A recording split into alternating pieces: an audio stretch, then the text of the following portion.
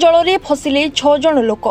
आनंदपुर उपखंड बैतरणी नदीर उपर मुंडरे प्रबल वर्षा जोगु नदी तलिया अंचल लोक सतर्क नथिबा कारणरू फसी जाइछन्ति। एथिरे 6 जन लोक हाटडी ब्लॉक आंब पंचायत लैछणपुर प्रबल पानी रे फसी रहिथिले।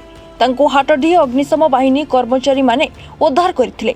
तेबे बैतरणी नदीर जलस्तर वृद्धि पाइबारे लागिछि। आनंदपुर रे जलस्तर विपद संकेत उपरे रहिछि। भुवनेश्वर 2 सर्वोच्च जंत्री घटनास्थल को जाई स्थिति परखिछन्ति। जाजपुर भद्रक बालेश्वर जिलापाल को सतर्क रहिबाकू परामर्श दिया जाइछि।